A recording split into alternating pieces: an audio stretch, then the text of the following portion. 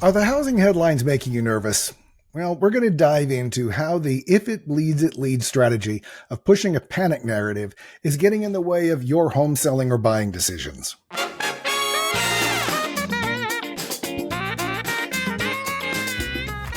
So as I was preparing originally for this week's show, I was planning to talk about why it actually makes sense to sell your home right now if you're thinking about it. And I'll come back to that next time. Though, by the way, if you are happening to be thinking about selling in the greater Los Angeles or Orange County areas, and you don't want to wait to hear about why I have these thoughts going, feel free to reach out and we can talk about it. But the headlines that came up in today's real estate industry trade paper, Inman News, made me think that I should reiterate a theme that I talk about a lot, which is the importance of looking at what's right for you and your family in the short term instead of stressing about what's being reported on today. I don't think I'm anti-journalist. My father was a hugely influential foreign correspondent who snuck into Hiroshima within a few weeks of the bomb dropping and covered the communist takeover of China. And my earliest childhood memories are actually of all the adults in Dallas, in Dealey Plaza, and they were all crying. And, you're a little kid, you see this stuff. And this was because we were there while he was covering the Kennedy assassination. I started out in journalism doing business and technology reporting before stumbling into owning several media production companies and doing advertising and marketing and television production. And my son's actually getting his master's degree in USC journalism school right now. So, reporting and sifting through information's in my blood, even though I moved over to real estate once I reached a certain age.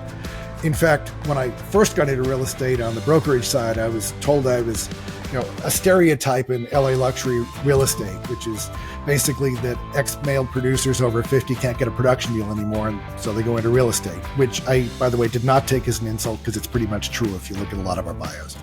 But back to my point. The headline says, buyers cancel contracts in droves as prices and interest rates soar. And they point out that 60,000 home purchase contracts were canceled across the United States in the month of August. And that sounds bad without context. So let's put it into context. The study was done by Redfin, and they're generally in a different market segment than we are at Douglas Elliman. We primarily target the high end of the market, but still serve everyone. And their model is aimed more at the discount shopper, but they'll do some high end too. But their data research numbers are usually pretty good to look at. The issue isn't what they came up with, but the way the numbers are being reported. 15.7% of home purchase contracts that were signed in August were canceled. Sounds bad, right? Subhead to that story. It's the highest rate of cancellation since October 22, when mortgage rates crossed the 7% mark.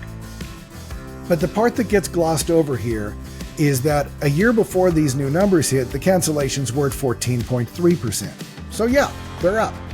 But a 1.4% increase when interest rates have hit as high as 7.23% for the time period they're analyzing isn't something that screams out for hyperbole headlines. I'd almost say the opposite. A year back, in August 2022, rates were 5.22%. In January of that year, they're around 2.5%, but houses are still selling. And the increase in canceled contracts is actually a negligible number when you consider how much the standard conforming interest rate has risen. Contracts cancel all the time for all kinds of reasons.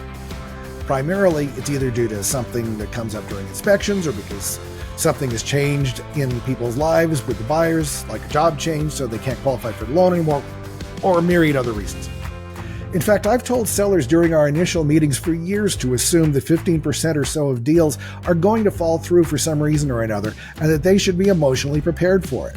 And that it isn't uncommon for a home to sell to the second or even third buyer. So remember, fear has always driven news ratings and readership. But we live in the days of clickbait, so it's worse than ever before. And note that I didn't say that any of the information in the story that was reported was wrong. It wasn't. But you can look at any information and try to find the piece that helps you benefit from it, or you can join in the naysayers in pushing the panic narrative. One of my all-time favorite stats from years ago is that more people became millionaires during the Great Depression than any previous time in history. There's always an opportunity for somebody. It's just a matter of figuring out if that somebody is you. Thanks for watching, and hit that subscribe button, please, because it'll help the channel, and it'll help me, and we can also continue our dialogue on what's going on out in the crazy market today.